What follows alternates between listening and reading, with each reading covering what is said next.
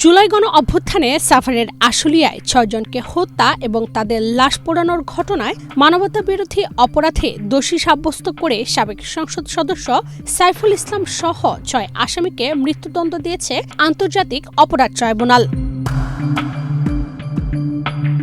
এ মামলার ১৬ আসামির মধ্যে ৭ জনকে যাবজ্জীবন কারাদণ্ড দেওয়া হয়েছে, বাকি ২ জনকে ৭ বছর করে সাজা দেওয়া হয়েছে।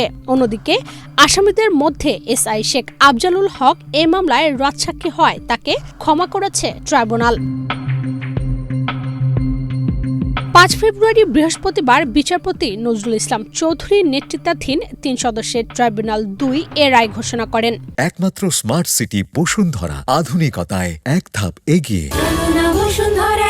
এ ট্রাইব্যুনালের বাকি ২ বিচারক হলেন মোহাম্মদ মঞ্জুরুল বাসিত ও নূর মোহাম্মদ শাহরিয়ার কবির।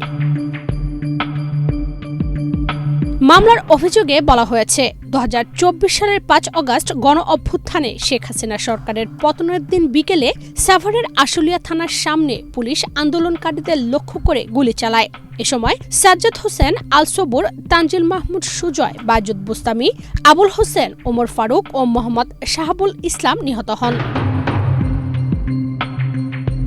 অভিযোগে আরো বলা হয়েছে, গুলি করে হত্যার পর লাশগুলো একটি ভ্যানে স্তূপ করে রাখা হয়। এ সময় গুরুতর আহত এক ব্যক্তিকে ওই লাশের স্তূপের মধ্যে ফেলে দেওয়া হয়।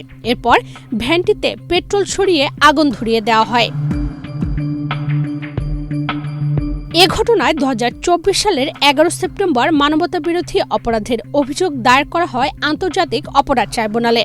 গত বছরের ২রা জুলাই এ মামলায় ১৬ জনের বিরুদ্ধে ট্রাইব্যুনালে আনুষ্ঠানিক অভিযোগ জমা দেয় প্রসিকিউশন। অভিযোগের সঙ্গে ৩১৩ পৃষ্ঠার নথি, ১৬৮ পৃষ্ঠার দালিলিক প্রমাণ এবং ২টি পেনড্রাইভ জমা দেওয়া হয়। এ মামলার সাক্ষী করা হয় ৫৩ জনকে। আনুষ্ঠানিক অভিযোগ আমলে নিয়ে ট্রাইব্যুনাল পলাতক ৮ আসামির বিরুদ্ধে গ্রেফতারি পরোয়ানা জারি করে এবং তাদের হাজিরের জন্য পত্রিকায় বিজ্ঞাপন দেওয়ার নির্দেশ দেয়। এরপর ২১ অগাস্ট এ মামলার আসামিদের বিরুদ্ধে অভিযোগ গঠন করে বিচার শুরু করার আদেশ দেয় ট্রাইব্যুনাল।